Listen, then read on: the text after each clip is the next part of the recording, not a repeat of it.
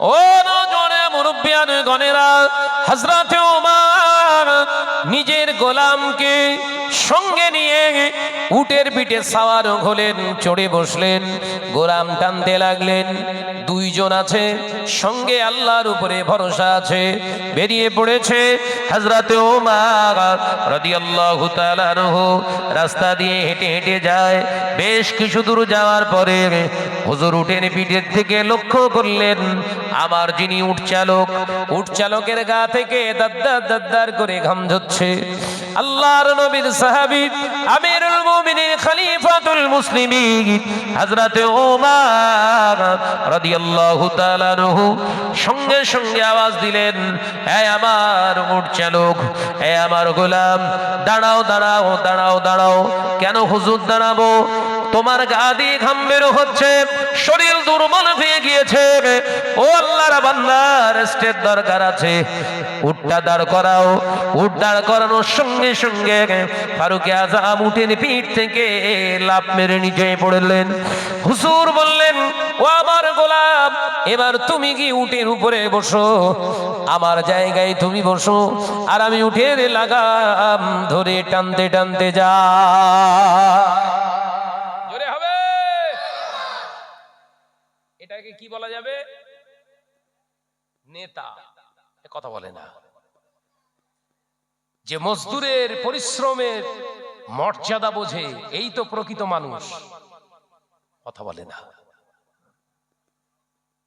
কে প্রকৃত মানুষ? কে?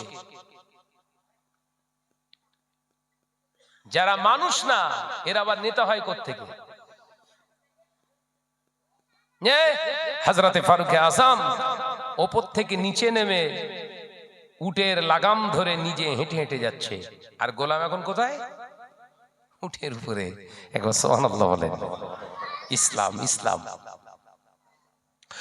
ও যুবকেরা, ছেলেরা, বাচ্চারা, পর্দানশীনা মা ও বোনেরা, হযরতে ওমর রাদিয়াল্লাহু তাআলা আনহু যাচ্ছেন। যেতে যেতে যেতে যেতে গা থেকে ঘাম বার হচ্ছে। গোলাম আওয়াজ দেয়, হুজুর আর যাবেন না, আপনার কষ্ট হয়, আর যাবেন না, আপনার গা থেকে ঘাম ঝরে। হযরতে ওমর রাদিয়াল্লাহু তাআলা আনহু গরম চক্ষু দিয়ে আওয়াজ দিয়ে বললেন, মেজাজের সঙ্গে বললেন, রাগের মেজাজ নয়, ভালোবাসার আওয়াজ দিয়ে, রাগের মধ্য দিয়ে ভালোবাসাও প্রকাশ করা যায় মিয়া। হযরতে ওমর গাম্ভীর্যের সঙ্গে আওয়াজ দিলেন, হে আল্লাহর বান্দা গোলাম, ওইখানে বসে থাকো। আমি ওমরের কষ্ট হয় না, কষ্ট হলেও কিছু করার নাই। তুমি যতক্ষণ আমাকে সাওয়ারি করে টেনে এনেছো, আমি ওমরকে ততটাই যেতে দাও। একবার জোরে হবে না? হুজুর আপনি খলিফা, আপনি ততটা কেন যাবেন? আপনি একটু কম টানেন, আমি একটু বেশি টানি। ও আল্লাহর বান্দা, তুমি কি আমার আখিরাত নষ্ট করতে চাও? অথচ রাসূলুল্লাহ যার আখিরাত সম্পর্কে সার্টিফিকেট দিয়ে গিয়েছে, যিনি স্যাটিসফাই এতটাই, রাআইতু মা ইয়াসির ফিল জান্নাতি, রাআইতু মা ইয়াসির ফিল জান্নাতি, আমি নবী নিজে চোখে দেখলাম আমার ওমর জান্নাতের ভিতরে ঘুরছে। আরে সলিমউদ্দিন ঝেড়ে খায়, বলছে আমার হিসেব আমি দেবো, তুই চুপ কর। কথা বলে না। আমি কি ঠিক বলছি? জোরে বলেন না রে ভাই। আমি নামাজ পড়ি না তো তোর কি? কবরের হিসেব কি তুই দিবি? আমি আমার হিসেব দেবো, তুই তোর টালে চল, আমি আমারটা নিয়ে চলি। কি মুসলমান রে ভাই, এ তো বিয়ারিং মার্কা মুসলমান। হ্যাঁ, আমার নজন ক্ষুধার্তকে খানা খাওয়ানো ইসলামের ভিতরে সর্বাধিক উত্তম কাজ। একবার জোরে বলুন সুবহানাল্লাহ। হুজুর বললেন, এ তো তাআম, ক্ষুধার্তকে খানা খাওয়াও। এখানে সেই খানা খাওয়ানোর ব্যবস্থা করা হয়, হয় না? হয় না? তাহলে বুখারীর রিওয়ায়াতের হাদিসের একটি আমল করা হচ্ছে এখানে। তাই এই রকম কাজে বেশি বেশি আমাদের সহযোগিতা করা উচিত। দুনিয়ায় অনেক শরিয়ত বিরোধী কাজ হচ্ছে, যেখানে মুসলমানরা ঝাঁপিয়ে পড়ছে, সেখানে কোনো বাদ বিচার নেই। গান বাজনা, থিয়েটার, বিভিন্ন রকমের নর্তকীদের আপনার নাচ, ড্যান্স সেখানে দেখার জন্য ভিড় জমায়। শুধু আজকের এই জলসা মাহফিলকে কেন্দ্র করে একটুখানি কিছু আপনার দোকান বসেছে, এই আপনার জলসা মাহফিলের থেকে 3 গুণ 6 গুণ লোক ওখানে ঘোরাঘুরি করছে। এটাই হলো আমাদের ধ্বংসের আলামত। আমরা ভালোটাকে বেছে নিতে পারলাম না। আল্লাহ আমাদের জ্ঞান দিয়েছিল, আল্লাহ আমাদের বিবেক দিয়েছিল, সেই বিবেকটা কাজে লাগাতে পারিনি। ওই জন্য আল্লাহ হুঙ্কার দিয়ে বলেছেন, অমা খলাকতুল জিন্না ওয়াল ইনসা ইল্লা লিয়াবুদুন। দুনিয়ার জমিনে তোমাকে পাখাও মারার জন্য পাঠানো হয়নি, আমি আল্লাহ পাঠিয়েছি ইল্লা লিয়াবুদুন, অনলি ফর প্রেয়ার মি, কেবলমাত্র তোমরা আমার ইবাদত করবে। একবার জোরে বলুন না সুবহানাল্লাহ। আর জোরে হবে না সুবহানাল্লাহ? আল্লাহর রেজামন্দির হাসিলের জন্য যদি দুনিয়ার জমিনে না চলতে পারেন, কথা বলতে পারেন, খেতে না পারেন, চলতে না পারেন, দেখতে না পারেন, যত জিন্দেগি আপনার, যতটা সময় আপনি অতিবাহিত করবেন পৃথিবীতে, কবরের জন্য খাতারনাক হয়ে দাঁড়াবে, ভয়ঙ্কর হয়ে দাঁড়াবে। আর কবরে যে ব্যক্তিটা ধরা খেয়ে যাবে, আল্লাহ রাসূল বললেন হাসরে সে ধরা খেয়ে যাবে। নজনেরা, যুবকেরা, ছেলেরা, বাচ্চারা, গোটা ভারতবর্ষে জুড়ে একটা হয়ে হয়ে রোল চলছে। বিভিন্ন প্রসেসে মুসলমানদেরকে ডি ক্যাটাগরি তৈরি করার একটা পরিকল্পনা প্রয়াস চলছে। ও নজনেরা, মুরব্বিয়ান গণেরা, আজকে শুরু হয়ে গিয়েছে 4 তারিখ থেকে SIR, স্পেশাল ইন্টেন্সিভ রিভিউশন। ও নজনেরা, যুবকেরা, ছেলেরা, বাচ্চারা, এর দ্বারা আমাদের টার্গেট করা হয়েছিল মুসলমানদেরকে গুনে গুনে বাদ দেয়া হবে। তাই তো নাকি? ফর্ম ফিল আপ করছেন তো? কথা বলে না, করছেন তো? আচ্ছা, ওই ফর্ম যদি কেউ ফিল আপ না করে ও জাহান্নামে যাবে? কথা বলে না তো। হায়াত কেটে নেওয়া হবে? কথা বলে না, কথা বলবেন তো। ফর্ম যদি কেউ জমা না দেয়, ওর কি রুজি রোজগার টোটাল রেজেক বন্ধ করে দেওয়া হবে? তাও ফর্ম ফিল আপ হচ্ছে, হচ্ছে না? হয়নি? কারণটা কি? আমরা দেশে বসবাস করছি, এখানে আমার অধিকার আছে। সেই অধিকারকে প্রমাণ করার জন্য সরকার পক্ষকে প্রকৃতপক্ষে আমি প্রমাণ দেওয়ার জন্য যে আমি এই দেশের নাগরিক, এটা হলো আমার চেষ্টা। আমার ভোটার কার্ড, আধার কার্ড, যা কিছু আছে সব ডকুমেন্টস আমাকে রেডি করে রাখতে হচ্ছে, আর সঠিকভাবে ফর্মটা ফিল আপ করতে হচ্ছে। একটা ফটো আছে, তার পাশে আর একটা ফটো লাগানো হচ্ছে, কারণ অফিসাররা যেন স্যাটিসফাই হয়, এতটুকু যেন তারা ক্লিন হয়, ক্লিয়ার হয় না ইনি দেশের নাগরিক। ফটো দিয়েও কাজ হচ্ছে না। 2002 সালে একবার হয়েছিল ইন্টেনসিভ রিভিউশন, একবার হয়েছিল স্পেশাল ইন্টেনসিভ রিভিউশন, সেই সময় হয়েছিল। তার আগেও 8 বার হয়েছে। সেই 2002 এর লিস্টে তোমার বাপ মা দাদা দাদির নাম থাকলে সেটাও তথ্য দিতে হচ্ছে, হচ্ছে না? হয় না? কথা বলে না। আচ্ছা, দুনিয়ার ক্ষেত্রে যদি এত কিছু বাধ্যবাধকতা থাকে, আপনি তো বাঁচবেন 60 বছর, আপনি তো বাঁচবেন 70 বছর, তার জন্য যদি এত কাগজের প্রয়োজন হয়, অনন্তকালের জিন্দেগি, আখেরাতের জিন্দেগির জন্য কি জোগাড় করেছো মিয়া? কথা বলে না। বাঁচবেন এতদিন, কোনো গ্যারান্টি নাই। এ কথা বলছেন না কেন? 70 বছর বাঁচবেন, কেউ একজন উঠে দাঁড়িয়ে বলতে পারবেন আমি 70 বছর বাঁচবো? পারবেন? পারবেন? 20 বছর বাঁচবো? পারবেন না। কোনো গ্যারান্টি নেই। যার গ্যারান্টি নাই তার পিছনে ছুটছি, অথচ মৃত্যু হবে গ্যারান্টি আছে না? নাই? কথা বলে না। মৃত্যু হবে, লা শাক্কা ফি, কোনো সন্দেহের জায়গা নাই, অথচ সেই মৃত্যুকে নিয়ে একবার ভাবিনি। আমার মরণের পরে আর একটা জিন্দেগি আছে, কবরের জিন্দেগি। এলাকার মানুষ মারা গেলে তাকে কবরস্থ করার আগে কাফন পরানো হয়, গোসল করানো হয়, চিরবিদায় দেয়া হয়। একদিন আমারও ওই জায়গায় শুতে হবে, এই চিন্তা জীবনে কোনোদিন যদি আমরা করতাম, আজকে আমরা SIR-এ কোনোদিন বিতম্বিত হতাম না।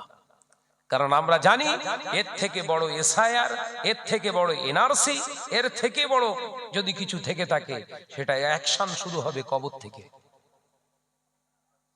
মেয়েরা, নজনেরা, যুবকেরা, ছেলেরা, বাচ্চারা, পর্দানশীরা, মা ও বোনেরা, আলোচনা বুঝুন। আল্লাহ নবী তার নবী রাহমাতাল লিল আলামিন কোরআন পাকের আয়াত তুলে যখন সাহাবায়ে কেরামদেরকে বলেছিলেন, ও আমার সাহাবীরা, দুনিয়া জমিনে আল্লাহ পাক আমাদের পাখাও মারার জন্য পাঠায়নি। আল্লাহ পাক দুনিয়ার জমিনে আমাদেরকে মদ পান করার জন্য পাঠায়নি, সুদ খাবার জন্য পাঠায়নি, পাখাও মারার জন্য পাঠায়নি, গেঁজা খাওয়ার জন্য নয়, বিড়ি সিগারেট ধোনার জন্য নয়। ও নওজোয়ানেরা, যুবকেরা, আল্লাহ পাক জানিয়েছেন, ওমা খালাকতুল জিন্না ওয়াল ইনসা ইল্লা লিয়াবুদুন, জিন এবং ইনসানকে আমি আল্লাহ পাক পৃথিবীর জমিনে পাঠিয়েছি একটাই উদ্দেশ্যে, তোরা কেবলমাত্র আমার ইবাদত বান্দিগি করবি। আল্লাহ নবী সাহাবীরা শুনে অবাক হয়ে গিয়েছিলেন। নবী সাহাবীরা প্রশ্ন করেছিলেন, ইয়া রাসূলুল্লাহ, হাবিবাল্লাহ, আমরা চাষাবাদ করি, আমরা ব্যবসা বাণিজ্য করি, কাজ কারবার করি, হুজুর আমরা বিবাহ করেছি, বিবি ছেলে পুলাদের পালন করছি, তাহলে এগুলো আমাদের জন্য কি না জায়েজ? ইয়া রাসূলুল্লাহ, হাবিবাল্লাহ, এই দুনিয়ায় যে আমরা ব্যবসা বাণিজ্য করছি, চাষাবাদ করছি, তাহলে এটা বোধহয় আমাদের জন্য জায়েজ নেই। আল্লাহ তো পাঠিয়েছে, তাহলে শুধু ইবাদত বান্দিগি মানে আর কোনো কথা হবে না, শুধু আল্লাহ আল্লাহ আল্লাহ আল্লাহ আল্লাহ। কথা বুঝতে পারছেন না? আল্লাহ নবী মুচকে হেসে বলেছিলেন, ও আমার সাহাবীরা, আল্লাহ কোরআন পাকে আরো জানিয়ে দিয়েছে, কুল ইন কুনতুম তুহিব্বুনাল্লাহ ফাত্তাবিউনি ইহবিবিকুমুল্লাহ ওয়া ইয়াগফিরু লাকুম যুনুবাকুম ওয়াল্লাহু গফুরুর রহিম। এ নওজোয়ানেরা, যুবকেরা, ছেলেরা, বাচ্চারা, আল্লাহ কোরআনে জানিয়েছে, আল্লাহর হাবিব জানালেন, ও আমার সাহাবীরা, আমি রাসূলুল্লাহকে সাল্লাল্লাহু আলাইহি ওয়াসাল্লাম জানিয়ে দিলাম, আল্লাহ কোরআনে জানিয়েছে, হাবিব আপনি বলে দিন, কেউ যদি নামাজ আদায় করে, কেউ যদি রোজা আদায় করে, আমি আল্লাহর ভালোবাসার পাত্র হতে চাই, আমি আল্লাহর নৈকট্য হাসিল করতে চাই, আমি আল্লাহর ভালোবাসা অর্জন করতে চাই, শুধু নামাজ রোজা হজ যাকাত করলে হবে না, আমি আল্লাহ শর্ত দিয়ে দিচ্ছি, ফাত্তাবিউনি ইহবিবিকুমুল্লাহ, আপনার অনুসরণ তারা করবে, আপনার অনুসরণ করে দুই জিন্দেগি গঠন করবে। নামাজের জায়গায়ও আপনি, চাষাবাদের জায়গায়ও আপনি, বিবি ছেলে ভুলার জায়গায়ও আপনি, লেনদেনের জায়গায়ও আপনি, দুনিয়ার হার জায়গাতে আপনি থাকবেন, প্রতিটা জায়গায় আপনার ইত্তেবা করে তারা যদি জিন্দেগি গুজরান করে, তাদের এই ইত্তেবা করার কারণে আমার হাবিব আমি আল্লাহ তাদের ভালোবাসার পাত্র হিসাবে গ্রহণ করে নেব। একবার জোরে হবে না? তাহলে আল্লাহ শর্ত দেশ বলে একটা, নামাজ রোজা আগে না, নামাজ রোজা ও খুব সোজা, এই কথা বলে না, নামাজ রোজা ও তো খুব সোজা। আল্লাহ বললেন সোজা কাজ না, প্রথম কাজ হবে নামাজের আগে আপনার অনুসরণ করা। সুবহানাল্লাহ বললেন না? এই জোরে হবে না সুবহানাল্লাহ? নামাজের আগে কার অনুসরণ করতে হবে? নবীর। হুজুরের ইত্তেবা ছাড়া কোনো ইবাদত নেই আল্লাহর দরবারে। তাহলে নামাজ পড়তে গেলে রাসূলের ইত্তেবা করা প্রয়োজনীয়, আমাদের আবশ্যক করে দিয়েছে আল্লাহ। সেই নবীর ইত্তেবা ছাড়া আপনি ওযু করছেন, ওযু করার সময় খেয়াল করছেন না, খামখেয়ালি মতো আগে মুখে পানি দিয়ে দিলেন, হাত ধুলেন না, ওযু বাড়াচ্ছেন খামখেয়ালি মতো, আগে পা ধুয়ে ফেলেছেন, আগে মাথা মোছা করেছেন, হবে ওযু হবে? কথা বলে না। একদম সিস্টেম অনুযায়ী না মেনে যেখানে যেখানে ধোয়ার কথা বলা আছে সব ধৌত করেছেন, কিন্তু প্রথম হাত না ধুয়ে আগে মুখ ধুয়েছেন, তারপর পা ধুয়েছেন, তারপরে হাতের কনুই পর্যন্ত ধুয়েছেন, তারপরে নাকি পানি দিয়েছেন, তারপরে মুখমণ্ডল ধুয়েছেন, পরিশেষে আপনি মাথা মোছা করেছেন। অজু হয়েছে তো? কথা বলে না। এই পদ্ধতিটা রাসূলুল্লাহ শিখিয়েছে। একবার জোরে বলুন না সুবহানাল্লাহ। তাহলে ইবাদতের প্রতিটা পদ্ধতি এসেছে রাসূলুল্লাহর কাছ থেকে। রাসূল ছাড়া আপনার কোন ইবাদত আল্লাহর দরবারে গ্রান্টেড নাই। এইগুলো মুসলিম সমাজকে বোঝানো হচ্ছে না, বরঞ্চ এইরকম বোঝানো হচ্ছে নামাজ ফরজগুলো আদায় করো, সুন্নত পড়ার দরকার নেই, ফরজটা আদায় করলেই হয়ে যাবে। কথা ঠিক বলছি না ভুল বলছি? জোরে বলেন। ফরজটা শুধু আদায় করো, সুন্নত ও পরে হবে, পরে হবে। সুন্নত যদি পরে হবে তো ফরজ কখন হবে? সুন্নতটা তো আগে হবে। রাসূলের ইত্তেবা করাই তো আমাদের জন্য আল্লাহ আবশ্যক করেছে। সেই রাসূল ছাড়া কি করে নামাজ হয়? আমার নওজওয়ানেরা, যুবকেরা, ছেলেরা, বাচ্চারা, বিশ্ব নবী সরকারে দু আলম আমাদেরকে শিক্ষা দিয়েছে নামাজ শুধু আদায় করলে হবে না। আজকের এই জায়গায় আমরা দুর্বল বলে প্রতিটা জায়গায় আমরা মার খাচ্ছি। গোটা পৃথিবীতে আমরা 200 কোটি মুসলমান মোল্লার জাত আছি, 200 কোটি। 800 কোটির পৃথিবী, 200 কোটি শুধু মোল্লা। আবার এই 200 কোটির ভিতরে 224টা দেশ, এই 224টা দেশের ভিতরে 57 কান্ট্রিজ, 57টা দেশ আছে মুসলমান দেশ। এই 57টা এককভাবে দেশ হচ্ছে মোল্লার দেশ। এবং ওই 57টা দেশের ভিতরে সব থেকে অর্থ ধনসম্পদ সমৃদ্ধশীল দেশ আল্লাহ সব এই 57টা দেশের ভিতরে দান করেছে। একবার জোরে বলুন না সুবহানাল্লাহ। আরব দুনিয়া শুধু তেল বন্ধ করে দেবে, তেল রপ্তানি বন্ধ করে দেবে। গোটা আরবের দেশ যদি মনে করে যে আমরা তেল আর দেব না, পৃথিবীর 3য় অংশে 3 ভাগের 2 ভাগ অন্ধকার, অচল অবস্থা হয়ে যাবে। অথচ এই মোল্লাদের সব থেকে পৃথিবীর জমিনে লাঞ্ছনা, আপনার বঞ্চনা, সমাজচ্যুত, বাস্তুচ্যুত, দেশচ্যুত করা হচ্ছে। কথা বলছেন না কেন? পৃথিবীর এক প্রান্ত থেকে অপর প্রান্তে সব জায়গায় মার খাচ্ছে কে? মোল্লা। কারণ জলসা হচ্ছে এখানে, বাজারে ঘুরছে ওখানে। কথা বুঝতে পারলেন না? তার মানে কি রাসূলুল্লাহর আদর্শের আলোচনা বাদ দিয়ে ওখানে জিনা ব্যভিচার করতে ব্যস্ত আছে। এই তো আমাদের পরিচয়। যদি এগুলো আমরা না কন্ট্রোল করতে পারি, যদি নিজেকে না সোজা রাস্তায় আনতে পারি, তাহলে আরো আগামী দিন আসছে, খুব কঠিন দিন আসছে, বাঁচতে পারবেন না। আল্লাহ জানিয়েছে, হাবিব আপনার উম্মত যদি আপনার কথা অনুযায়ী আমি আল্লাহর দেওয়া প্রদত্ত বাণীর উপরে যদি আমল না করে, যাদের ওরা অনুসরণ করবে তাদেরকে নেতা বানিয়ে এদেরকে পেটাবো। কথা বুঝতে পারেননি বোধহয়? কি বলেছে আল্লাহ? আমার বিধান, আপনার দেওয়া সুন্নত মোতাবেক যদি এদের জীবন গঠন না করে, আমি আল্লাহর কোরআনের বহির্ভূত এরা যদি কাজ করতে থাকে, যাদেরকে যে জাতির অনুসরণ ওরা করবে, ওই জাতিকে এদের নেতা বানাবো, বানিয়ে দিয়ে এদেরকে পেটাবো। তাহলে আজকে গোটা পৃথিবীতে মুসলমান মার খাচ্ছে, কিন্তু তারা মারছে না, সম্পূর্ণ আল্লাহর মার। কার মার? জোরে বলেন, জোরে বলেন। আল্লাহর পক্ষ থেকে মার শুরু হয়েছে। স্টেজে আসার আগে মক্কা শরীফ থেকে একজন আমায় ফোন করেছিলেন, ওখানে চাকরি করে, আমাদের ওয়েস্ট বেঙ্গলের হাওড়া জেলার একটা ছেলে, অত্যন্ত মোহাব্বত করে মক্কা শরীফ, একদম হারাম শরীফের ভিতরেই চাকরি করে ও, একজন ইঞ্জিনিয়ার। একটু আগে ভিডিও কলে কথা বলছিলেন, ভাইজান মক্কা শরীফ পুরো পুরাতন বিল্ডিং ভেঙে গুড়িয়ে দিচ্ছে। আপনি গত বছর এসেছিলেন, দেখেছিলেন যে সব জায়গা সব একদম ফাঁকা করে ফেলা হচ্ছে, বড় বড় বড় বড় সব প্রজেক্ট বানানো হচ্ছে, বড় বড় বিল্ডিং বানানো হচ্ছে। আমি বললাম হ্যাঁ কচি, ওটা হবে, কারণ হাদিসে এসছে আমার উম্মতেরা, এই বেদুইন জাতিরা, যাযাবর জাতিরা আকাশচুম্বী বাড়ি তৈরি করবে। যারা খালি পায়ে ঘুরতো এই মরুভূমিতে, তারা আকাশচুম্বী বাড়ি তৈরি করবে। আবার সাহাবীরা মক্কায় হজ করার জন্য হাজিরা দলে দলে আসবে। 2030 সালের টার্গেট নিয়ে কিং সালমান, বাদশা সালমান এলাকা সব স্বচ্ছ পরিষ্কার করছে, মানে হাজির চাপ বাড়ছে। গত রমজানে আমি গিয়েছিলাম, ওমরা করেছে শুধু রমজান মাসে 2,2,50,000 মানুষ। কত কত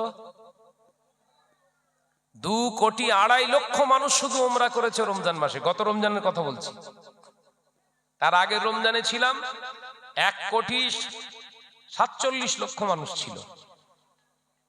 তার মানে দিন যত যাচ্ছে তত কাবা শরীফের চত্বর আস্তে আস্তে বাড়ানো হচ্ছে। আর বিল্ডিং হচ্ছে কি, অল্প খরচে আর হজ হবে না। স্ট্যান্ডার্ড সব 3 স্টার 5 স্টার হোটেল থাকার বন্দোবস্ত হচ্ছে। আগে হোটেল বুক করো, তারপর ভিসা। কথা বুঝতে পারছেন না? আগে হোটেল বুক করতে হবে আপনার। মক্কা আপনার হারাম শরীফ থেকে কতটা দূরে আপনি হোটেল চান, সব অ্যাপ আপনার নুসুক বলে একটা অ্যাপ ছেড়ে দিয়েছে, ওতে আপনি ক্লিক করুন। আমি ওমরায় যেতে চান, আমি ওমরায় যেতে চাই, কি হজ করতে চাই, ওখান থেকে আপনি অ্যাপ্লাই করতে পারবেন বাড়িতে বসে মোবাইলে। প্রথমেই অপশন আসবে কোন হোটেলে থাকতে চান। যদি বলেন ওই সেই পাহাড়ের উপরে সেই ছোট হোটেলটা, চিকে মেরে দেওয়া হবে, আপনার কোনো ভিসা নেই। তার মানে 5 স্টার হোটেলে আপনি ক্লিক করুন, দামি হোটেল রেস্টুরেন্ট রোডস, সেখানে আপনি থাকবেন, মোটা অর্থ দেন, আসুন ওমরা করতে আসুন, ভিসা ছাড়া হবে। পুরো সিস্টেমটা চেঞ্জ। আমি আলোচনা করছিলাম অন্যদিকে। তাহলে দুনিয়ার জমিনে যা কিছু আমরা করছি আমাদের মন মতো করলে হবে না, হুজুরের মন মতো করলে তবে আল্লাহর মন মতো হবে। একবার জোরে হবে না সুবহানাল্লাহ। হযরতে ফারুক আযম ওমর রাদিয়াল্লাহু তাআলা রাতের অন্ধকারে ঘুমিয়ে আছে, স্বপ্ন দেখছে। বিশ্বনবী সরকারে দো আলম হুজুর আকরাম সাল্লাল্লাহু আলাইহি ওয়াসাল্লাম স্বপ্ন যোগে জানাচ্ছেন, বাবা ওমর, মসজিদুল আকসার চাবিটা ইহুদিদের কাছে আছে, তুমি পারলে ইহুদিদের কাছ থেকে ফিরিয়ে নাও, ওটা আমাদেরই মসজিদ, ওটা আমাদের পূর্বের কিবলা ছিল। একবার জোরে বলুন না সুবহানাল্লাহ। আল্লাহ নবী সাহাবী ফারুক আযম হযরত ওমর রাদিয়াল্লাহু তাআলা আনহুর ঘুম ভেঙে গিয়েছে, ফজরের আযান হয়ে গিয়েছে। আসসালাতু খায়রুম মিনান নাওম। এ নজনেরা মুরব্বিয়ান গণেরা, হযরতে ওমরের ঘুমটা ভেঙে গেছে, উঠে পড়লেন, নামাজ আদায় করলেন। সাহাবায়ে কেরামদেরকে বসিয়ে মসজিদুন নববী শরীফে হুজুর দাঁড়িয়ে পড়েছে।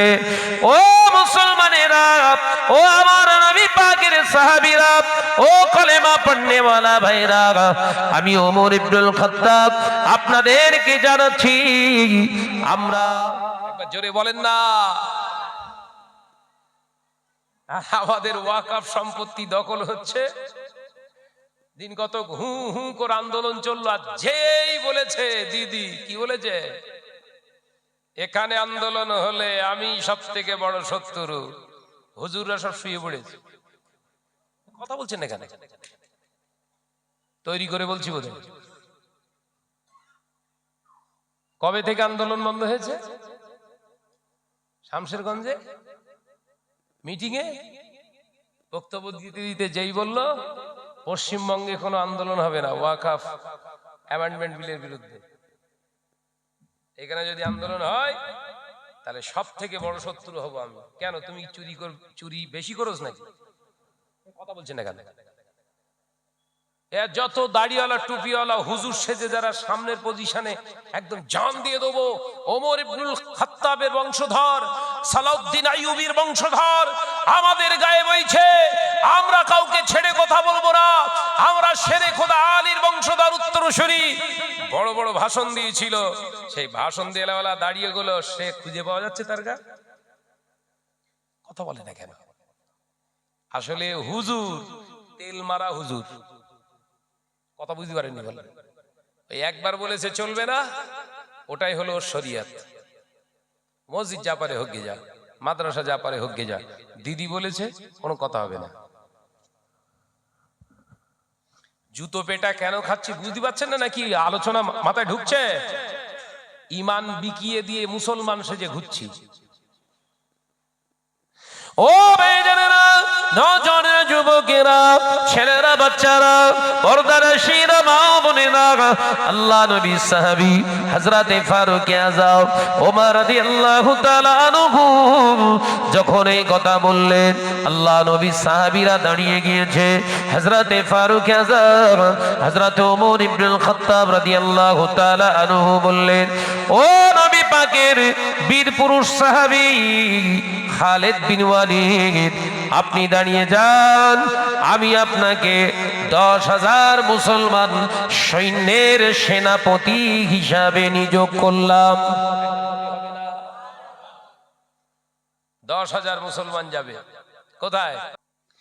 আল্লাহ নবী দয়ার নবী সাহাবী খালিদ বিন ওয়ালিদ বলেছিলেন, হুজুর আপনি আমাদের জন্য দোয়া করেন, ইয়া আমিরুল মুমিনিন খলিফাতুল মুসলিমিন, আমাদের জন্য দোয়া করেন, আমাদের শরীরে এক ফোঁটা রক্ত থাকা অবস্থা পর্দানশীনা মা ও বোনেরা, মুসলমান কারা ছিল, তাদের ভিতরে হারাম ছিল না, সুদের কারবার ছিল না, তাদের ভিতরে নামাজ কাজা ছিল না, তাদের ভিতরে জিনা ব্যভিচার ছিল না, তাদের ভিতরে মেরে নেওয়া ছিল না, তাদের ভিতরে সৎ কাজের বাধা দেওয়া মানুষ ছিল না। আল্লাহ রাসূলের সাহাবীদের হৃদয়টা, ঈমানটাও কেবলমাত্র আল্লাহ রাসূলের জন্য ছিল। হযরতে খালিদ বিন ওয়ালিদ বললেন, হুজুর আপনি আমাদের জন্য দোয়া করেন, দেরি করব না, এখনই আমরা বেরিয়ে পড়ছি। জোরে বলুন সুবহানাল্লাহ। মানে যেই বলা সেই কাজ। আর আমরা এক সপ্তাহ আগে টাইম দিচ্ছি, অমুক দিন একটা প্রতিবাদ সভা হবে, 15 দিন 20 দিন বড় বড় হোর্ডিং টাঙিয়ে দিয়েছি, অ্যাড হচ্ছে, মিডিয়ায় প্রচার হচ্ছে, ফোন করছে, জি জি যাচ্ছি, ইনশাল্লাহ যাচ্ছি। আর ঠিক যেদিন হবে সেদিন সকালবেলা থ্রু দিয়ে দিয়েছি, বউটার সেই রকম শরীর খারাপ। আমি কি মিথ্যে কথা বলছি? বউটার সেই রকম শরীর খারাপ, ছেলেটার ওই রকম একটা শরীর অসুস্থ, যেতে পারলাম না, আপনি ক্ষমা করে দেন। ধোকাটা দিচ্ছ কার সঙ্গে? এই যারা আহ্বান করেছে এদেরকে ধোকা দিলেন, না আল্লাহর সঙ্গে ধোকাবাজি করেছেন? কথা বলছেন না কেন? ওয়াকফ সম্পত্তি, ওয়াকফ সম্পত্তি, তার মানে তো ওটা আল্লাহর রাস্তে দান করা সম্পত্তি। ও সম্পত্তি কার? জোরে বলেন না। আল্লাহর সম্পত্তি উদ্ধারেতে আপনি চিটিংবাজি করলেন, চিটিংবাজিটা কার সঙ্গে করলেন? এ মরে গেলে আবার দোয়া চাইতে বলে জান্নাতে পৌঁছে দিন। যে বলি সাহেব ওর জন্য দোয়া চাইবে, ওর কবরেও বাস পড়বে, এ কথা বলে না। রেগে যাচ্ছেন নাকি? অসুবিধা হচ্ছে? শাহনাজ ভাই একটু এইরকম খোলামেলা কথা বলে। নওজওয়ানেরা, যুবকেরা, ছেলেরা, বাচ্চারা, পর্দানশীনা মা ও বোনেরা, আল্লাহ নবী সাহাবী হযরতে ওমর রাদিয়াল্লাহু তাআলা আনহু বললেন, এই খালিদ বিন ওয়ালিদ দাঁড়িয়ে যাও, আমি একটা চিঠি লিখে দিই, তোমরা সৈন্য আছো, প্রথম অপশন থাকবে যেটা, আমি ওমর ইবনুল খাত্তাব একটা চিঠি দিচ্ছি, আমার পক্ষ থেকে আমিরুল মুমিনিন খলিফাতুল মুসলিমিন, মুসলমানদের নেতা হিসাবে একটা আমি পয়গাম লিখে দিচ্ছি। ওই পয়গামে লিখলেন হযরতে ওমর, তিনি নিজে লিখছেন, ও আল্লাহর বান্দা ইহুদি, শুনে রেখে দাও, জেনে কোনো হুমকি চুমকি নয়। হযরতে ওমর বললেন, পরিশেষে আমার পক্ষ থেকে আমি চিঠিটা আপনাকে দান করলাম, আমার পরিচয় হলো ওমর ইবনুল খাত্তাব। একবার জোরে বলুন না সুবহানাল্লাহ। যাও খালিদ বিন ওয়ালিদ বেরিয়ে যাও। মুসলমান সৈন্য নিয়ে বেরিয়ে পড়েছে, ক হাজার? 10,000 সৈন্য। এই গল্প টল্প করছি না, বলো ইমানের জায়গা কতটা আমরা দুর্বল সেটা বোঝানোর জন্য একটা কিতাব থেকে হাওয়ালা দিয়ে আপনাদেরকে বোঝাচ্ছি। এসছিলাম ইবাদত বান্দি করার জন্য, করছি বাদরামো, এটা বোঝানোর জন্য। আমরা কেন সাকসেসফুল হচ্ছি না? গোটা পশ্চিমবঙ্গে মুসলমানদের মোল্লাদের পার্সেন্টেজ করে রাখা আছে 27%, তাই তো নাকি? টেনে টুনে 30%, কিন্তু অরিজিনাল মোল্লাদের অবস্থান এই বাংলার জমিনে 52%। মুখ্যমন্ত্রী হওয়ার দরকার মোল্লা, কিন্তু হচ্ছে ব্যানার্জি, তাতেই বলছে জিন্দাবাদ। গরুখোর, এই কথা বলে না, কথা বলছেন না কেন? এই এসআইআর হচ্ছে, বিরোধিতা করছি না তো, এইরকম এসআইআর প্রতি বছরে হওয়ার দরকার। এই কথা বুঝতে পারছেন না নাকি? আমরা তো এর পক্ষে, কেন বিপক্ষে যাব? আমাদের দেশ, আমাদের রাজ্য, এখানে আমরাই সুরক্ষিত থাকতে চাই। আমাদের জায়গা এটা, আমাদের বাপ দাদার 14 পুরুষ এখানকার কবরের ভিতরে ঢুকে শুয়ে তারা পড়ে রয়েছে। এই জায়গায় আমরা ঘোষপেটিয়া নয়। ভারতবর্ষে যারা বসবাস করে, বিশেষ করে পশ্চিমবঙ্গে মুসলমান, এই এসআইআর এর পরে রিপোর্ট পাবেন। যেমন রিপোর্ট পাওয়া গেছে আপনার বিহারে 65 লাখের ভিতরে 54,77,000 কল্লা আউট হয়ে গেছে। মোল্লা যায়নি বলো, কল্লা, কথা বুঝাচ্ছেন না। আমাদেরকে মোল্লা বলে, আমি ওদেরকে কল্লা বলি। 54,77,000 কল্লা আউট। আর মোল্লা যে বাকি যে আপনার বাদ পড়েছে ওই 10 লক্ষ সামথিং কিছু, 30,000-এর মতো। তার ভিতরে ওই 10 লক্ষের ভিতরে 9 লক্ষ মৃত ভোটার। কথা বলে না যে এই ওয়েস্ট বেঙ্গলের রেজাল্ট ঠিক একই হবে, তার থেকে আরো বুড়াই হবে। কি হবে? 1% মুসলমান বাদ পড়বে। আর এই 1% মুসলমান কারা হবে জানেন? কিছু কিছু জামাই আছে এলাকায়, খোঁজ রাখবেন। আমি কি ভুল বলছি? এই জামাইগুলো 1% এসে দাঁড়াবে। আর যারা মুসলমান এখানে বসবাস করছে 100% এর ভেতরে 99% সব আদি মুসলমান এখানকার। একবার জোরে বলুন সুবহানাল্লাহ। এদের বাংলাদেশ থেকেও আসার প্রয়োজন হয় না, এখান থেকে বাংলাদেশে গিয়েও বসবাসের প্রয়োজন হয় না, কারণ এই মাটি তাদের কাছে সোনার খাঁটি। একবার জোরে বলুন ভাইরা আমার। ওই জন্য টেনশন করিনি তো, এলি আমরা টেনশন করব। যারা টেনশন করছে ঢোল বাজাচ্ছে, দেখে নিন, যা মাথা খারাপ। এতদিন যাদের দাদা তুমি আমাদের ভরসা, এখন শুধু শাঁখ বাজাচ্ছে আর ঢোল বাজাচ্ছে, বলছে মানছি না, মানবো না। মেয়ে ছেলেগুলো মাথার চুল ছেড়ে দিয়ে ঘুরতেছে। ঘোড়া নেড়া হ, কাজ হবে না। গোড়া কেটে ফেলেছিস, কথা বললে না। কবর খোঁড়ার আগে ভাবতে হয় মোরেসকে। কবর খোঁড়া আগে ভাবতে হয় আসলে বডিটা কার, কথা বলে না। কবর খুঁড়ে বসে রয়েছে, বডি খুঁজে পাচ্ছে না, যে খুঁড়েছে ওরই কবর দে, কথা বলে না। কথা বুঝাচ্ছেন না? ঠিক সিস্টেমটা এইরকম। কবর খুঁড়ে রেখে দিয়েছে, মনে করছে মোল্লা ঢোকাবো। এখন মোল্লা খুঁজে পাচ্ছে না, ঢোকাবে কার? কল্লারে ঢোকা। তুই খুঁড়েছিস, তুই ঢোক। রেজাল্ট হবে দেখবেন। কোন উস্কানিমূলক কথাবার্তা বলবেন না। যারা এইসব টেনশনে পড়েছে তারা অপর দেশ থেকে এসেছে বা প্রতিবেশী দেশ থেকে, তাদের দিকে ক্রিটিসাইজ করার কোনো প্রয়োজন নেই। আপনি আপনার জায়গায় নিউট্রাল অবস্থায় অবস্থান করেন আর বিশ্বাস রাখুন আল্লাহর উপরে। আপনার পৃথিবীর জমিনে আপন বলতে কেউ নাই। আপনার বিবিও নয়, আপনার মা বাপও নয়। আপন যদি কেউ থাকে, যিনি নিখরচায় আপনাকে জমিন দান করেছে, নিখরচায় আপনাকে অক্সিজেন দান করেছে, নিখরচায় আপনার হায়াত দান করেছে, নিখরচায় আপনার রিজিক দান করেছে, তিনিই হচ্ছেন আপনার আপন। আর তিনি হলেন আমাদের আল্লাহ। একবার জোরে বলুন। কই জোরে হলো, কই একটু জোরে মান্না রে বাপ। টেনশনে পড়ে আছে সব, আর এমনি তো হবেই তো, সামনে খালি। নিচে নেমে আসেন, আই বাপ নিচে চলে আসেন। আসেন, ওই রাস্তা ব্লক হচ্ছে, দেখেন পিছনে ফিরে দেখেন। মুহাব্বতে সে দরুদ আল্লাহুম্মা সাল্লি আলা। ওই যে সব শেকত ছেড়ে দেস নাকি? হারা ভাই আয় নিচে আয়।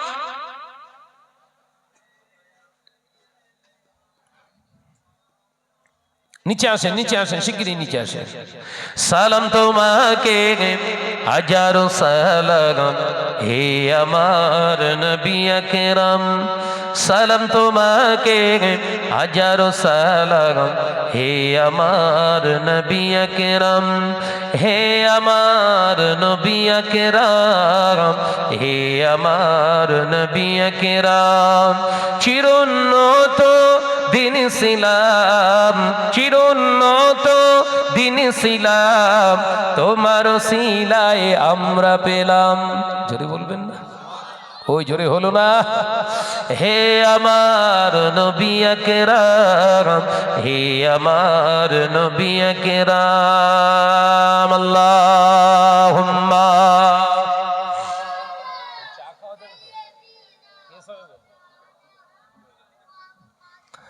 আরেকটু জোরে ওয়ালা আলি।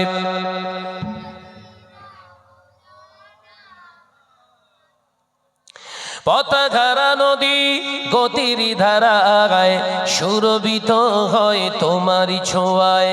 জোরে বলবেন না, আর একটু জোরে হবে না।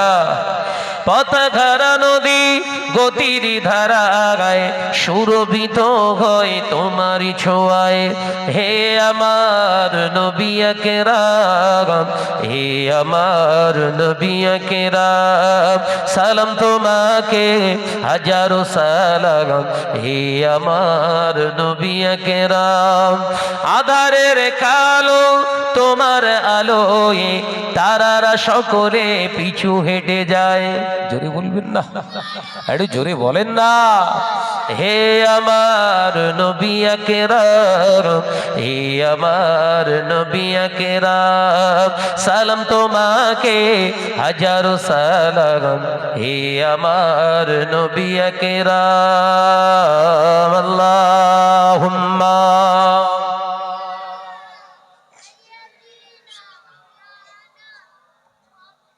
মাশাআল্লাহ, মাশাআল্লাহ, আরেকটু জোরে ওয়ালা আলি।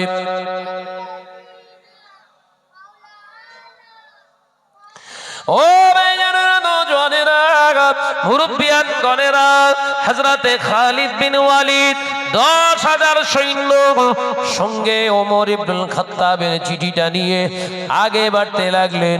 ও নওজওয়ানেরা, মুরব্বিয়ান গণেরা 1500 কিলোমিটার হেঁটে হেঁটে হেঁটে হেঁটে অবস্থান করলেন। আর দেখতে পাওয়া যায় জেরুজালেমটা মুসলমানরা ঘিরে ফেলেছে। এ নওজওয়ান যুবকেরা, হযরতে খালিদ বিন ওয়ালিদ একজন দূতকে পাঠালেন ইহুদি রাষ্ট্রনায়কের কাছে, ইহুদি নেতার কাছে। যাও, গিয়ে এই চিঠিটা তার হাতে দেবে, বলবে এটা ওমর ইবনুল খাত্তাব আমিরুল মুমিনিনের কাছ থেকে এসেছে, তার পক্ষ থেকে এটা দেয়া হয়েছে।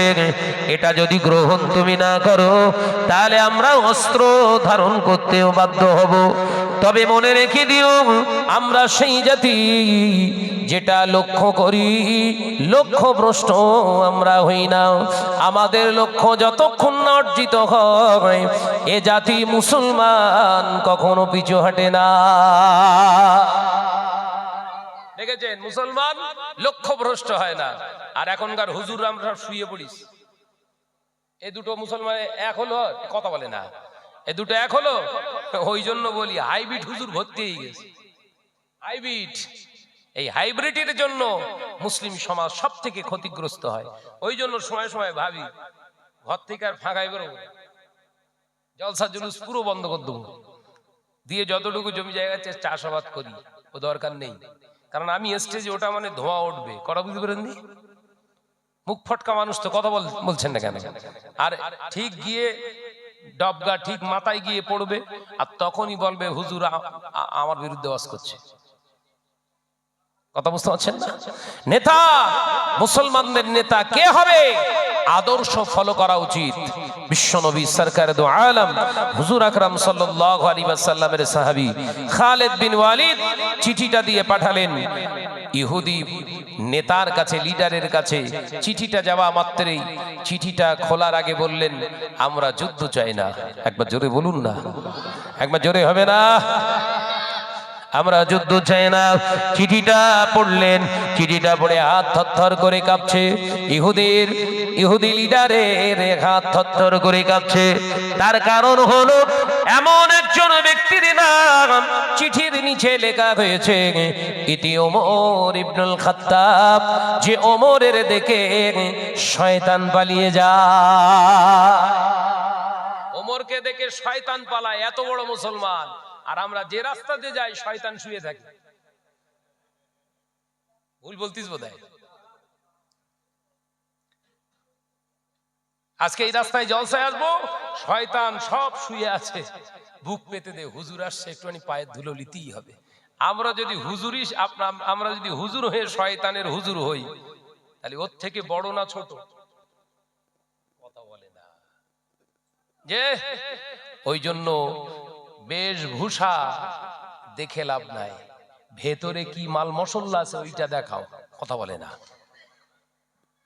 ভিতরে কি মাল মশলা আছে ওইটা দেখাও, বেশভূষা দেখিয়ে লাভ নেই। ভাইরা, আমার নওজওয়ানেরা, যুবকেরা, ছেলেরা, বাচ্চারা, পর্দার শিনা মা ও বোনেরা, হযরত ওমর ইবনুল খাত্তাব রাদিয়াল্লাহু তাআলা আনহু চিঠিটা হাতে পেয়েছে। ইহুদি থরথর করে কাঁপছে। ইহুদি লিডার বলে দিলেন, তোমাদের আমিরুল মুমিনিন খলিফাতুল মুসলিমিন ওমরের নাম দেখছি। কোন ওমর? যে ওমর রাস্তা দিয়ে চললে শয়তান ওই রাস্তায় 40 দিন হাঁটে না। আমরা যুদ্ধ চাই না ইহুদি জাত, শুনুন, আমরা যুদ্ধ চাই না, রক্তপাত চাই না। কিতাব এসেছে হযরত ওমর ইবনুল খাত্তাব রাদিয়াল্লাহু তাআলা আনহুর কাছে সঙ্গে সঙ্গে খালিদ বিন ওয়ালিদ চিঠি লিখেছে। এটা তেজি ঘোড়ার উপরে একজন সাহাবী হযরত ওমর ইবনুল খাত্তাবের কাছে বেশ 3-4 দিন পরে যখন পৌঁছে গেছে চিঠি, হুজুর তখন ফজরের নামাজ আদায় করে মসজিদুন নববী শরীফ থেকে কেবলমাত্র 1 পা বার করেছে। চিঠি এসে হাজির, সালাম দিলেন, ইয়া আমিরুল মুমিনিন খলিফাতুল মুসলিমিন, আপনার কাছে চিঠি প্রেরণ করেছি ইহুদিরা। কেন? যে বিশাল একটা দামি উট কিংবা ঘোড়া কিংবা ভালো একটা দামি গাড়ি চাপতে হবে, তবেই তো নেতা ফিল হবে। কথা বলছেন না কেন? হযরতে ওমর নামাজ পড়ে বেরিয়েছে মসজিদুন নববী শরীফ থেকে। হায় হায় হায়, যে ড্রেসে ছিল তাই। একবার জোরে বলুন। জোরে হবে না?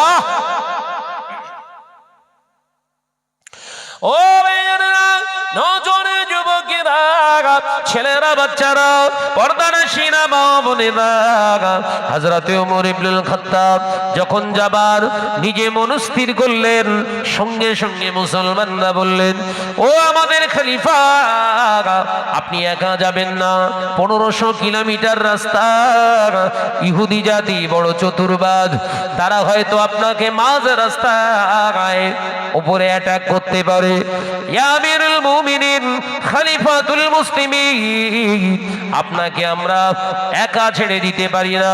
হযরতে ওমর হুঙ্কার দিয়ে আওয়াজ দিয়ে বললেন, ও মুসলমান ভাইরা, চিন্তা করো না, আমি ওমর হলাম রাষ্ট্রনায়ক, আল্লাহ আমাকে দায়িত্ব দিয়েছে, আমি নেতা হয়েছি, হওয়ার পর থেকে আল্লাহর কোরআন সংবিধান দিয়ে দেশ চালায়। আমি ওমরের আত্মবিশ্বাস, কনফিডেন্স, আমি ওমর এতটাই আত্মবিশ্বাসী আল্লাহর প্রতি, এতটাই আমি আল্লাহর প্রতি আস্থা আমার, আমি যদি সত্যি কোরআন দিয়ে সমাজ চালায়, দেশ চালায়, রাস্তাতে কেউ আমার ক্ষতি করতে পারবে না। একবার জোরে হলো না? কোরআন দিয়ে যদি আমি দেশ চালাই, আমার কেউ কোনো ক্ষতি করতে পারবে না, অর্থাৎ আমার কোনো পাহারাদার লাগবে না। নেতা, একবার সুবহানাল্লাহ বললেন না? আর আমাদের এসব সব যা ঘরে সব এরা কারা? নেতা না বলো, নেতা বললে গোনা হবে, এরা হচ্ছে লেতা। কি বললো? লেতা মানে লেয়। কথা বলে না। ভোটও লেয়, ঘরের টাকাও লেয়। রাস্তা 6 ফুট, লিয়েছে 1.5 ফুট, 4.5 ফুটের ঢালাই, 1.5 ফুট লিয়ে বসে আছে। ওই জন্য এগুলো নেতা না, এ হচ্ছে লেতা। কথা মাথায় ঢুকছে নাকি? এই অসুবিধা হচ্ছে? আমি কি ভুল বকছি? নেতা যিনি হন তিনি দেন, তিনি দেন, ইনভেস্ট করেন ওটা আখিরাতে পাওয়ার জন্য। একবার জোরে বলুন, একবার জোরে হবে না? আর নেতা যারা হয় দুনিয়াকে তারা প্রত্যয় আপনার দুনিয়ায় তারা ইনভেস্ট করতে চায়, আখিরাতকে জ্বলঞ্জলি দিতে চায়, এরাই হলো যারা নেতা, এরা নেতা না। আমার নজনা যুবকেরা, ছেলেরা, বাচ্চারা হযরতে ফারুকে আজম ওমর রাদিয়াল্লাহু তাআলা হুঙ্কার দিলেন, আমার পাহারাদার লাগবে না, আমার পাহারাদার যদি জমিনের মালিকের হুকুম অনুযায়ী রাষ্ট্র পরিচালনা করি তাহলে জমিনের মালিকই হবেন আমার জন্য শেষ। একবার জোরে বলুন, একবার জোরে হবে না সুবহানাল্লাহ? আর আমাদের সামনে দুটো গাড়ি, পেছনে দুটো গাড়ি, সামনে যে গাড়িটা ওর আবার লাল বাতি, পেছনেরটা নীল বাতি, ও সামনেরটা আওয়াজ দেয় হু হু হু, পেছনের পু পু পু, তার মানে কি সামনেরটা লাল বাতি শোনায়, সরে যা হারামখোর যাচ্ছে, সরে যা হারামখোর যাচ্ছে। পেছনেরটা বলে এই দেখ বড় খুনি যাচ্ছে সামনে, বড় খুনি। ভুল বলে ফেললাম বোধহয়। ভাই ভাবছেন এই নেতা মন্ত্রীদের বিরুদ্ধে বলতেছি আমি? ঈমানি চেতনার আলোচনা হচ্ছে। ভাববেন না শাহনাজ ভাই রাজনীতির আঙিনা এখানে তুলে ধরেছে। এটা রাজনীতির মজলিস নাই, এটা সবরাসানির মজলিস। আর সবরাসানি কবুল করাতে গেলে ঈমান থাকা চাই। কথা বলছেন না কেন? কথা বলছেন না কেন? ঈমান যদি না থাকে দোয়া করে কাজ হবে? সেই ঈমানি শক্তিকে শক্তিশালী করার জন্য এই আলোচনার বৈঠক। ভাইরা সবাই দাঁড়িয়ে, আমি বললাম ওখানে জাম হবে, ওই জন্য বললাম নিচে নেমে আসেন, কিন্তু আপনারা তো শুনবেন না। আসেন একটু সামনের দিকে আসেন না রে ভাই। আরে এই তো বসলি, শেকড় হয়ে গেছে এর ভেতরে। হ্যাঁ আয় আয় সামনের দিকে আয় সোনার মানিকরা, বাবাজিরা আপনারা আসেন তো। দরুদ শরীফ আল্লাহুম্মা। নামতি চায় না, কি সর্বনাশ বলেন। আমি কি নিচে যাব নাকি বলেন? হ্যাঁ আর একটু জোরে জিকির করে কালিমা লা ইলাহা ইল্লাল্লাহ।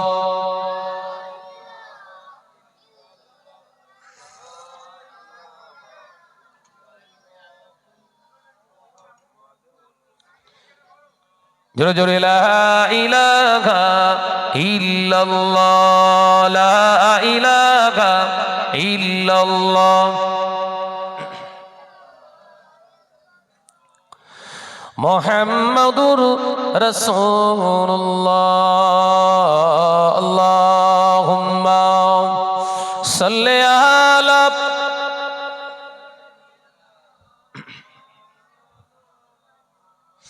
আরো জোরে পড়ি ওয়ালা আলি।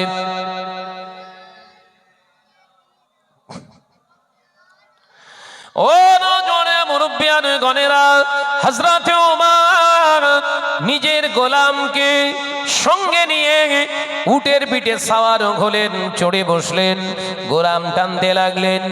দুইজন আছে সঙ্গে, আল্লাহর উপরে ভরসা আছে।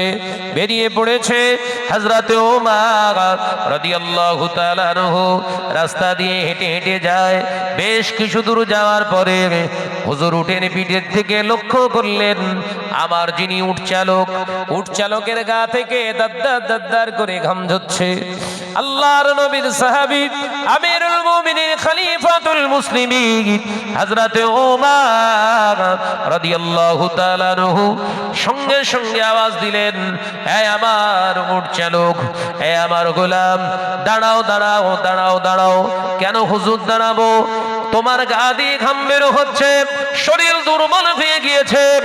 ও আল্লাহর বান্দা, রেস্টের দরকার আছে, উটটা দাঁড় করাও। উট দাঁড় করানোর সঙ্গে সঙ্গে ফারুকে আজম উটের পিঠ থেকে লাফ মেরে নিচে পড়লেন। হুজুর বললেন, ও আমার গোলাম, এবার তুমি কি উটের উপরে বসো, আমার জায়গায় তুমি বসো, আর আমি উটের লাগাম ধরে টানতে টানতে যা।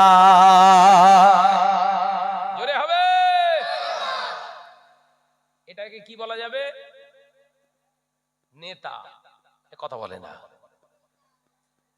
যে মজদুরের পরিশ্রমের মর্যাদা বোঝে, এই তো প্রকৃত মানুষ। কথা বলে না। কে প্রকৃত মানুষ? কে? যারা মানুষ না এরা আবার নেতা হয় কোত্থেকে? হযরতে ফারুক আযম ওপর থেকে নিচে নেমে উটের লাগাম ধরে নিজে হেঁটে হেঁটে যাচ্ছে, আর গোলাম এখন কোথায়? উটের উপরে। একবার সুবহানাল্লাহ বলেন। ইসলাম ইসলাম।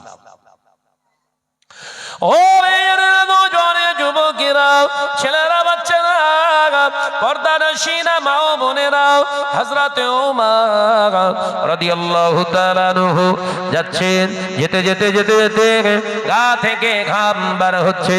গোলাম আওয়াজ দেয়, হুজুর আর যাবেন না, আপনার কষ্ট হয়, আর যাবেন না, আপনার গা থেকে ঘাম ঝরে। হযরতে ওমর রাদিয়াল্লাহু তাআলা আনহু গরম চক্ষু দিয়ে আওয়াজ দিয়ে বললেন, মেজাজের সঙ্গে বললেন, রাগের মেজাজ নয়, ভালোবাসার আওয়াজ দিয়ে, রাগের মধ্য দিয়ে ভালোবাসাও প্রকাশ করা যায় মিয়া।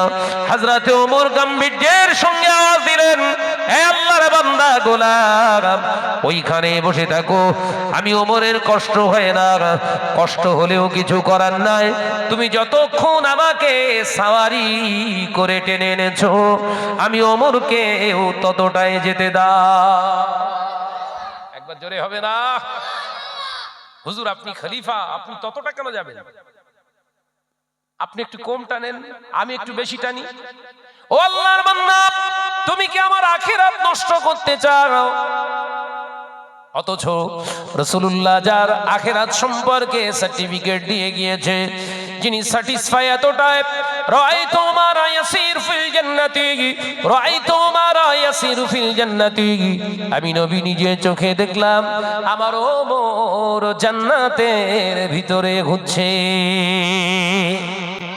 দুনিয়ার জমিনে বেঁচে থাকা অবস্থায় যিনি জান্নাতি, তিনি বলছে আখিরাতে কি জবাব দেব?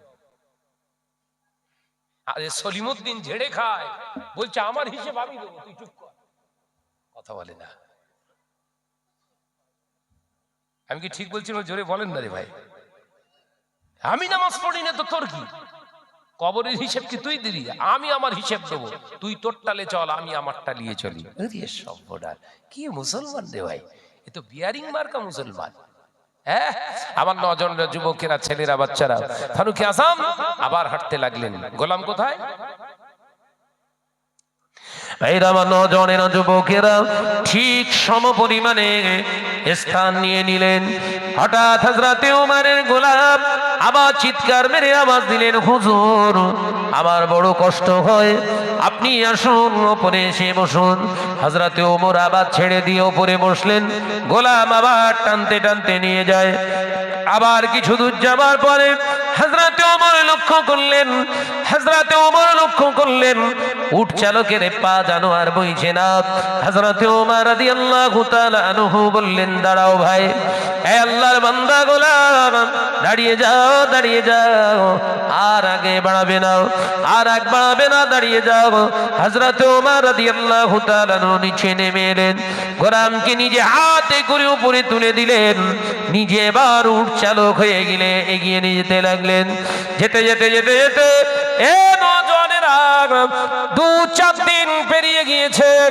হযরতে ওমর পৌঁছে গিয়েছেন জেরুজালেমে। জেরুজালেমে যখন ঢুকছে, ইহুদিরা দলে দলে দেখছে মুসলমানদের খলিফা উটের পিঠে বসে আসছে। জোরে বলুন সুবহানাল্লাহ। কিন্তু খলিফা কোথায়? গোলাম উপরে আর খলিফা নিচে। আর আমাদের কেউ জিজ্ঞাসা করলি, ভাইজান আপনার পরিচয়? আমি সেক্রেটারি। কথা বলে না, ভুল বলছি নাকি? হুজুর আমি 17 বছর ধরে মসজিদের প্রেসিডেন্ট, এক ওয়াক্ত নামাজ পড়ে না, অথচ নাম আব্দুল্লাহ, ওইটা ভুলে যায়। আমি সেক্রেটারি। এর কবরে বাস পড়বে না? পড়বে না। কথা বলেন না কেন? শুধু পড়বে না, সেকেন্ডে সেকেন্ডে পড়বে। মুসলমান আমার নজনের যুবকেরা, ছেলেরা, বাচ্চারা, হযরতে ফারুক আযম ওমর রাদিয়াল্লাহু তাআলা আনহু নিচে উটের লাগাম ধরে উট চালনা করছেন, উপরে গোলাম। আর গোলামকে দেখে ইহুদিরা মনে করছে ওই হচ্ছে সেই আমিরুল মুমিনিন। আল্লাহু আকবার, কি ইসলাম! আল্লাহ নবী সাহাবী হযরতে ফারুক আযম ওমর রাদিয়াল্লাহু তাআলা আনহু যেতে যেতে যখন জেরুজালেমের ভিতরে প্রবেশ করেছে, মুসলমানরা দেখে চিনতে পেরেছে, ছুটে এসে হযরতে খালিদ বিন ওয়ালিদ এসে হযরতে ওমরকে জড়িয়ে ধরলেন। আসসালামু আলাইকুম। ওয়া আলাইকুমুস সালাম ইয়া আখি খালিদ বিন ওয়ালিদ, কাইফা হালুকা, কেমন আছো বলো ভাই? আলহামদুলিল্লাহ আলা কুল্লি হাল। ও আমাদের খলিফা আমিরুল মুমিনিন, খলিফাতুল মুসলিমিন, আমরা সকলেই ভালো আছি আলহামদুলিল্লাহ। হুজুর, আপনার সমস্ত শরীরটা তো ঘেমে গিয়েছে, আপনি আমাদের খলিফা, আপনার দেহের, আপনার জড়ানো যে গায়ে চাঁদ আপনার জামাটা আছে, ওটা একটা দুটো তালি নয়, দেখতে পাচ্ছি বহু তালি দেয়া আছে। হযরতে ওমর বললেন, তারপর ও আমাদের আমিরুল মুমিনিন খলিফাতুল মুসলিমিন, আপনার জামাটা ভিজে গিয়েছে, আসুন আমাদের খিমার ভিতরে আসুন, তাঁবুর ভিতরে চলে আসুন, আমাদের নতুন জামা আছে, ওই নতুন জামা পরিধান করুন, আপনি খলিফা বলে একজন কথা। হযরতে ওমর বললেন মুচকে হেসে, ও খালিদ বিন ওয়ালিদ, তুমি ভুলে যেও না, যারাকে সৃষ্টি না করলে তামাম কায়নাত সৃষ্টি হতো না, আল্লাহ করতেন না কিছুই। সেই মুহাম্মদুর রাসূলুল্লাহ, যিনি দোজাহানের বাদশা ছিলেন, তিনিও তালি দিয়ে জামা পরে গোটা বিশ্ব আপনার চালনা করেছেন। সেই রাহমাতাল লিল আলামিন যদি তালি দেওয়া পোশাক পরে রাষ্ট্র পরিচালনা করে থাকে, আমি ওমর তার উম্মত হয়ে কেন ৭০টা তালি দিতে পারবো না? আমাদের সব সুন্নত মনে পড়ে খাওয়ার সময়, চিটিয়ে খাওয়া সুন্নত, কথা বলেন না। দস্তরখানা বিছিয়ে খাওয়া সুন্নত, আঙুল চুষে খাওয়া সুন্নত, কথা বলে না। এই তাই তো নাকি? বিসমিল্লাহ বলে খাওয়া সুন্নত। কিন্তু একবারও বলেছি হালাল খাওয়া সুন্নত? দেখেছেন কোথায় কি কোপ খেলো, এই কথা বুঝতে পারে না, শুধু কি বলছে চেটে খাওয়া সুন্নত, মানে যা লিয়ায় সব চেটে খাবে, কথা বলে না। হ্যাঁ, আঙুল চুষে খাবে সুন্নাত, মিষ্টি খাওয়া সুন্নাত, দস্তরখানা বিছিয়ে খাওয়া সুন্নাত। কি খাওয়া সুন্নাত? হালাল না হারাম? বলে ওইটা বললি তো আর খাওয়া হবে না। কথা বলছেন না কেন? আমি ঠিক বলছি না ভুল? জোরে বলেন না। চেটে খাওয়া সুন্নত ওইটা ঠিক আছে, কিন্তু হালাল খাওয়া সুন্নত ওটা বলা যাবে না। হাইব্রিড না দিছি, কথা বলে না। হাইব্রিড না দিছি, সব হাইব্রিড। হাইব্রিডের সামনে যা দেবেন সব মেড়ে মুচড়ে ধুনে দেবে একদম, কথা বলে না। হাইব্রিড মাগুর মাছ দেখেননি? হাইব্রিড মাগুর মাছের শামুক থেতো করে ফেলে দিয়েছে, বুঝছো? ওরে বাবারে, এ তো চমচম, চমচম খেয়ে ফেলেছে। গোবর খানিকটা দিয়েছে, বল বাবা এ তো পুরো রসমালাই, গোবর খেয়ে। ছেলে পিলে পায়খানা করেছে, সেই পায়খানা ফেলে দিয়েছে, বাবা এ তো সাংঘাতিক জিনিস, সব খাচ্ছে। 2.5 কেজি 3 কেজি ওজনের হাইব্রিড মাগুর মাছ চেম্বারে আসে, আর ভুলক্রমে একটা জল ঢোড়া সাপ হতে লেগে পড়েছে। খাবে না, খাবে না। 2.5 কেজি ওজনের হাইব্রিড, বুঝতে পারছেন? 4-5টা আছে, যেই ও খেতে ঢুকেছে ব্যাং, জল ঢোড়া সাপ খেতে ঢুকেছে কি ব্যাং, আর ওর নামার সঙ্গে সঙ্গে হাইব্রিডটা মাথা ঝুঁকে বলছে চলে এসছে, খেয়ে ফেল। জলধরা সাপের কেউ ঘাড়শিতে একটা কামড় মেরেছে, কেউ পিছনে, কেউ মাজায়, এরকম কামড় মেরে ছেঁড়াছেড়ি করছে। ঘাট তখন ঘুরিয়ে জলধরা বলছে আমি সাপ রে। বলছে তো কি হয়েছে, তুই নামলি কেন, বল খাবো, কথা বলে না। খাওয়ার সময় মদ খাচ্ছে, মদ বলে দিচ্ছে আমি তোর জন্য হারাম। আরে কি হয়েছে, একবার খেলি কি হবে? এই আমি গাঁজা হারাম, একবার টান মারবো হয়ে যাবে। এই সুদ আমি হারাম, 7টা ঢালাই দিলে, এই কথা বলে না। হাইব্রিড না দেশি, এই অসুবিধা হচ্ছে নাকি? সব উল্টো রিয়াক্ট হচ্ছে, বলো ভেতর জ্বলে যাচ্ছে, কিছু বলতে পারছেন না। আমার নজনের যুবকেরা, হাইব্রিড মুসলমানের কোনো দাম নেই আল্লাহর কাছে। যেমন বাজারে দিশি, আপনার বামনগাছি বাজারে দিশি মাগুর মাছ 250-300 ওজনের, ওই রকম দিশি 2 পিস এসেছে, আর পাশে 6 কেজি ওজনের 2টো মাল হাইব্রিড পাশে শুইয়ে রেখে দিয়েছে। এসে বড় মাছগুলো সবাই দেখছে, কি খেয়েছে রে ভাই, কিচ্ছু বাদ দেয়নি বোধহয়। এ সাইডে ডাক্তার এসে বলছে ভাই এই দুটো আগে মাপ। কত দাম জিজ্ঞাসা করার দরকার নেই, 800 টাকা কেজি বলো, কত বলে না, 800 টাকা কেজি। মাশাআল্লাহ ভুলক্রমে একবার মুচকে হেসে বললেন, ডাক্তার ভাই এই সাইডে হাইব্রিডের একটা দাকা কেটে দেই। বলে তোর ওইসব দিতে বলেছি? ও কি খেয়েছ তার ঠিক নেই, আবার কেউ খায়। সাইজে বড় হলেও সমাজের কাছে কোনো ওর ভ্যালু নেই, কথা বলেন না। আপনি দাড়িওয়ালা, টুপিওয়ালা, জুব্বাওয়ালা, হ্যাঁ, হাজিওয়ালা, পুতিওয়ালা, তসবি তেলাওয়াত करने वाला, কোরআন তেলাওয়াত करने वाला, বিরাট মাওলানা, বিরাট আপনার বড় মুফতি, আপনার মুখ চলে সমানে, যা আসে সব ঢোকাও, আল্লাহর কাছে এরকম ইনভ্যালিড। কথা বোঝাতে পারলাম না? ভাইরা, আমার নজনের যুবকেরা, ছেলেরা, বাচ্চারা, পর্দানাশীনা মা ও বোনেরা, আমি আলোচনা বোঝাতে চেয়েছিলাম হযরতে আমিরুল মুমিনিন খলিফাতুল মুসলিমিন ওমর ইবনুল খাত্তাব রাদিয়াল্লাহু তাআলা আনহু হুজুর আমার ওই পোশাকে ইহুদি লিডারের কাছে গিয়ে দাঁড়ালেন। এ নজনের যুবকেরা, হযরতে ওমরের সামনে দাঁড়িয়ে ইহুদি ওই সমস্ত নিয়ে আল্লাহর নবীর সাহাবী ফারুক আযম হাতে চাবি যখন নিলেন, হযরতে ওমর রাদিয়াল্লাহু তাআলা আনহুর দিকে তাকিয়ে ইহুদি লিডাররা বলেছিলেন, ও মুসলমানদের নেতা, আমিরুল মুমিনিন খলিফাতুল মুসলিমিন, আপনার কাছে আমরা আবেদন জানাই, আপনি জেরুজালেম ছেড়ে যাবেন না, আপনি জেরুজালেমে থাকেন। আমরা ইহুদি জাতি তো কি হয়েছে, আজকে থেকে আমাদের নেতা হিসাবে আপনাকে মেনে নিলাম। একবার জোরে বলেন।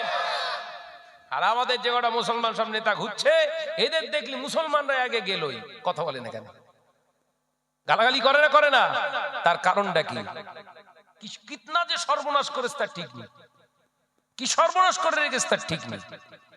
ইহুদিরাও পর্যন্ত আশ্বস্ত হয়েছিলেন, বিশ্বস্ত হয়েছিলেন ফারুক ও আজমের আদর্শ দেখে, যে একজন মুসলিম জাহানের যিনি অর্ধ পৃথিবী শাসন করছে। একবার জোরে হবে না সুবহানাল্লাহ? অর্ধ পৃথিবী, পৃথিবীর অর্ধেক অংশ যিনি শাসন করছে, তানার গায়ে পোশাক 70টা তালি। একবার সুবহানাল্লাহ। 6 টাকা রোজগার করলে 10 টাকার পোশাক কেনে, এর নাম হচ্ছে মোল্লা। এই কথা বলে না কেন? ভুল বলতিস নাকি? 6 টাকা রোজগার করে 10 টাকা দামের ফ্রিজ কিনেছে, কি করে না? এমআই, সুদ বলে না, বলো কিস্তি বলে না, এখন কি বলে? এমআই, মান্থলি ইন্স্যুরেন্স, কথা বলে না। এমআই মানে কি? মান্থলি ইন্স্যুরেন্স, যে প্রতি মাসে এই 14,000 18,000 টাকা দিয়ে ফ্রিজ কিনেছে, খাওয়া হয় না ঠিক মতো, কাজ করলে খাওয়া হয়, নইলে খাওয়া হয় না। ও ফ্রিজ রাখা ওয়াজিব করে ফেলেছে। এখন ওই ফ্রিজের যে খাবার, ওই ফ্রিজের যে আপনার ওর যে কস্ট, ওর যে খরচা রয়েছে, সেটা তো যোগান দিতে হবে। আর এই যোগান দিতে গিয়ে তখন আর হালাল হারাম দেখা হয় না, তখন সব যা আসে সব হালাল, সব হালাল। কথা বলে না কেন? ভাইরা, আমার নজনের যুবকেরা, ছেলেরা, বাচ্চারা, পর্দানাশীনা মা ও বোনেরা, রাগ করবেন না। বহু মুসলমান ঘরের নারীরা তারা দেখায়, আমরা বোরখা পরছি মানে আমরা হেজাবি, আমরা বোরখা পরছি মানে আমরা হলাম হেজাবি। এ মুরব্বিয়ানগণেরা, পর্দানাশীনা মা ও বোনেরা, বোরখা পরলে হেজাবি হওয়া যায় না। শুনে রেখে দেন, যে মহিলাটা বোরখা পরিধান করে ফেসবুকে আপনার ছবি আপলোড করে, ছবি পোস্ট করে, ও আর যাই হোক ওর ভিতরে হায়া নাই, লজ্জা নাই, ও বোরখা পরেছে হিজাব করার জন্য নয়, ও পর্দা করেনি, ওটার নাম হলো গোপাল জর্দা। কি বললো? আরে গোপাল জর্দা শুধু না, 360।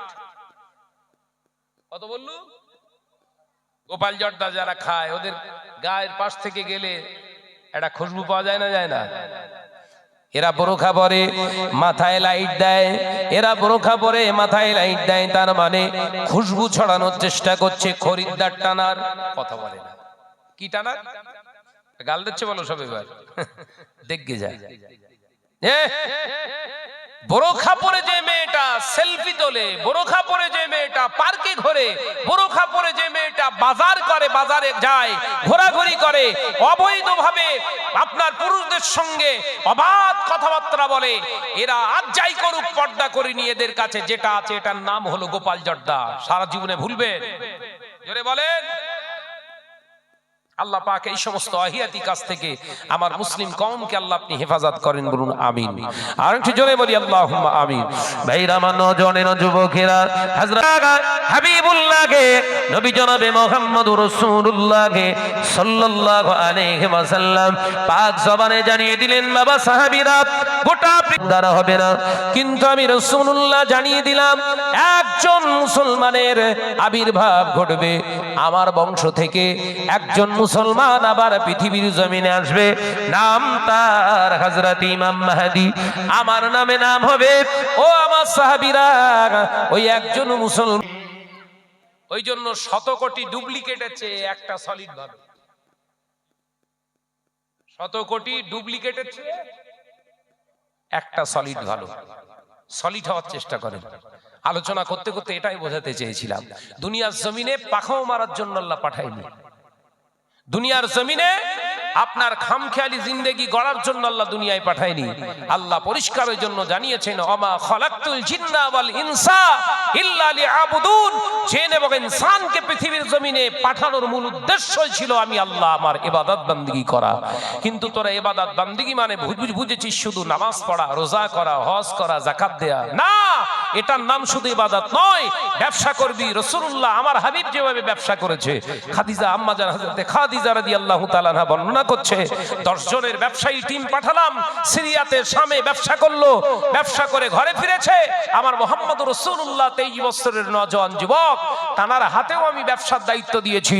ওই 10 জন যা লাভ দেখিয়েছেন, মুহাম্মদুর রাসূলুল্লাহ তাদের থেকে 3 গুণ লাভ আমি খাদিজাকে দেখিয়ে দিয়েছিলেন। জোরে বলুন, একবার জোরে হবে না? হাদিস পাকে এসেছে, আম্মা জান হযরতে খাদিজা প্রশ্ন করছে রাদিয়াল্লাহু তাআলা আনহা, এই ব্যবসায়ীরা তোমরা লাভ দেখিয়েছো একটু একটু, আর মুহাম্মদুর রাসূলুল্লাহ 3 গুণ তোমাদের থেকে লাভ কি করে দেখালো?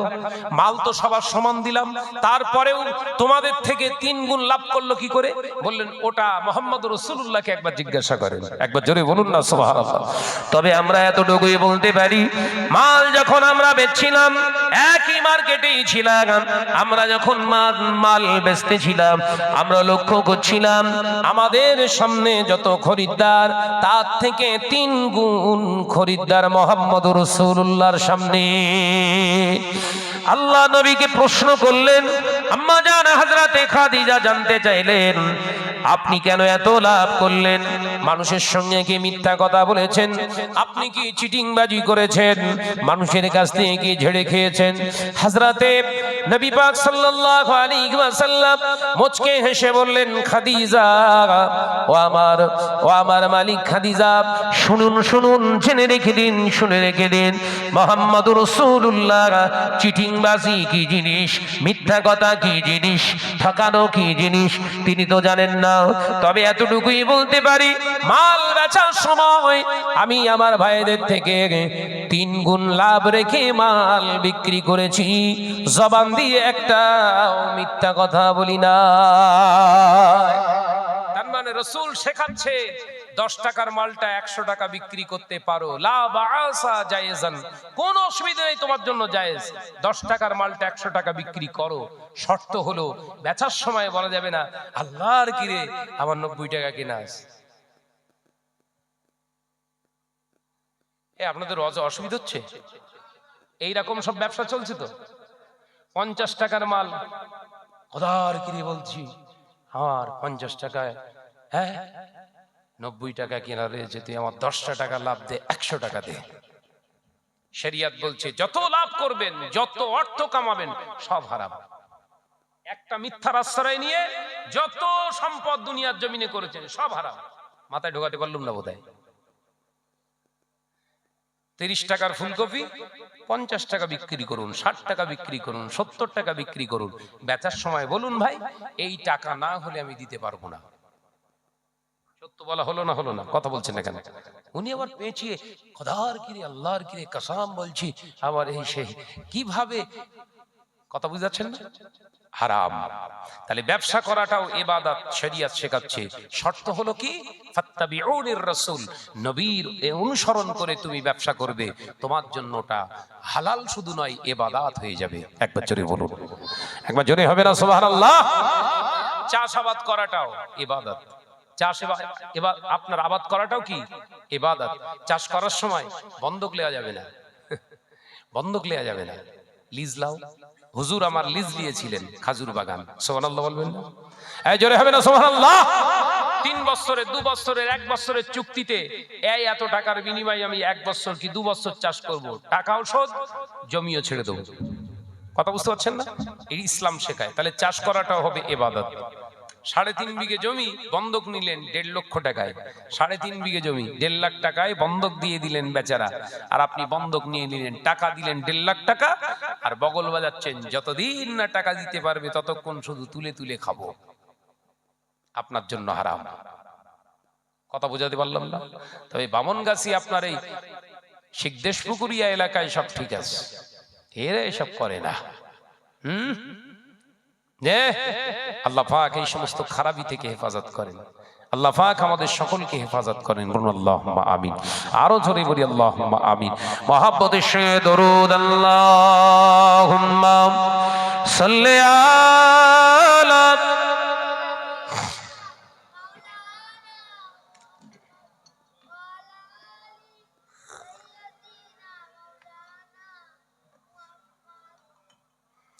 আজকের এই মাজলিসটা, আজকের এই মাহফিলটার প্রয়োজন আছে না নাই? সবাই বলছেন না? জোরে বলেন। হাত তোলেন তো কে কে রাজি আছেন এই মজলিসের পক্ষে, কে কে আছেন হাত তোলেন দেখি। ওই দে হাত তুলতে বলছে আর পালাচ্ছে বোধহয়।